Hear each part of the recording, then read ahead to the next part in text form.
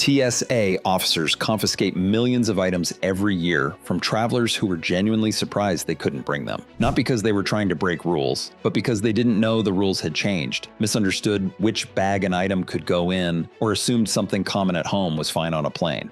In 2026, enforcement has tightened on several specific categories. This video covers 10 items TSA will take at the checkpoint and what to do with each one instead. Like and subscribe before we start. Share this before someone's next trip. And let's get into it. 1. Power banks and lithium batteries in checked bags. This is the most widely misunderstood rule in aviation baggage and the source of more confiscations than almost any other item. Power banks and spare lithium batteries are completely banned from checked luggage. Not restricted, not limited, completely banned. The reason is fire risk. Lithium batteries can short circuit and ignite in the cargo hold where no one can respond. And aviation authorities worldwide have responded to documented in-flight fires by making this rule non-negotiable. They must travel in carry-on bags where a thermal event can be identified and managed. The confusion happens because the device itself, a phone, a laptop, can go in checked luggage. The spare battery or detachable power bank cannot. If TSA finds one in a checked bag at screening, it is removed. The bag still flies. The power bank does not. 2. Liquids over 3.4 ounces in carry-on bags. The 3.4-ounce liquid rule has been in place for years, and TSA still confiscates thousands of oversized liquid containers every single day at every major airport. The most common items? A full-size shampoo, a large bottle of sunscreen bought specifically for the trip, an expensive perfume, a snow globe, or a jar of jam picked up as a gift. The rule applies to any liquid, gel, cream, or paste in a container over 3.4 ounces, regardless of how much of the product is actually left inside. A 6-ounce bottle that is half empty is still a 6-ounce container and will be confiscated. The solution is simple. Put oversized liquids in a checked bag or decant into a travel-size container before you reach the checkpoint. 3. Firearms and ammunition without proper declaration.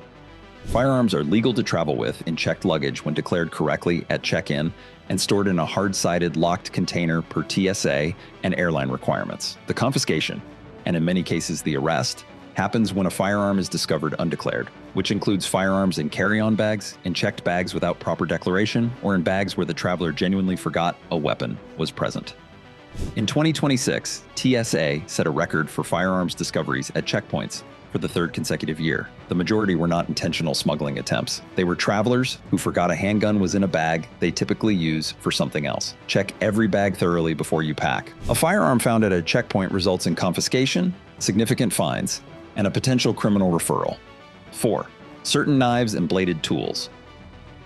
Pocket knives, box cutters, razor blades, and any knife with a blade longer than the tip of your finger are prohibited in carry-on bags, regardless of their intended purpose. This includes the folding pocket knife you carry every day, the Swiss Army knife on your keychain, and the box cutter in the work bag you grabbed without thinking. These items are allowed in checked luggage, which is where they belong. Multi-tools with a knife blade are fully prohibited in carry-on even though pliers-only versions are allowed. Scissors with blades shorter than 4 inches are permitted. Any blade longer is not. When in doubt, checked bag. 5. Oversized or improperly packed aerosols. Aerosols follow the same 3.4-ounce rule as other liquids in carry-on bags, and full-size cans of dry shampoo, hairspray, insect repellent, sunscreen spray, and cooking spray are among the most frequently confiscated items from carry-on bags at security. In checked luggage, aerosols are permitted in larger sizes, but with a specific limit. No single container over 18 ounces, and no more than 70 ounces of aerosol products total across all containers. Aerosols also need to have caps or lids on the nozzles in checked bags to prevent accidental discharge. Items that don't meet these requirements are removed at check-in or during checked bag screening. The practical solution is switching to solid alternatives for carry-on trips and being deliberate about quantity in checked bags. 6. Gel-type products that exceed the liquid limit. Many travelers don't realize that the liquid rule applies equally to gels, creams, pastes, and any substance that is not solid. This catches people who moved their liquids to travel sizes but didn't apply the same thinking to face moisturizer, hair gel, toothpaste, peanut butter, or hummus. All of these are treated as liquids under TSA rules. A full-size jar of expensive face cream that cost $80 at the duty-free shop is confiscated at the next checkpoint if it exceeds 3.4 ounces and is in a carry-on bag. Toothpaste is gel, yogurt is a liquid, salsa is a liquid. The rule is consistent regardless of the category of product. If it can be poured, spread, or squirted, it's subject to the limit. 7. Portable oxygen concentrators without airline approval. Portable oxygen concentrators are permitted on commercial flights, but only when they appear on the FAA's approved device list and have been confirmed with the airline in advance, typically at least 48 hours before departure. A device that hasn't been pre-approved or that doesn't appear on the approved list will not be allowed through the checkpoint. This rule catches travelers who assume medical necessity overrides the process, which it does not. The approval exists because not all devices are certified safe for cabin pressure conditions and electrical environments on aircraft. Verify your device is on the FAA approved list, call the airline's special services line when booking, and carry documentation. The process takes minutes in advance and creates a real problem when skipped. 8. Recreational cannabis in any state, on any domestic flight. Cannabis remains a federally controlled substance regardless of state law, and TSA operates under federal jurisdiction at every airport checkpoint in the country. An officer who finds cannabis, whether medical or recreational, regardless of the quantity, regardless of the state, is required to refer the matter to law enforcement. This applies even when departing from a state where cannabis is fully legal and arriving in another state where it is also legal. The flight is federal airspace. TSA is a federal agency. State laws of departure and arrival have no bearing on federal checkpoint rules. CBD products with less than 0.3% THC are permitted, but anything above that threshold or indistinguishable from regulated cannabis is treated as prohibited.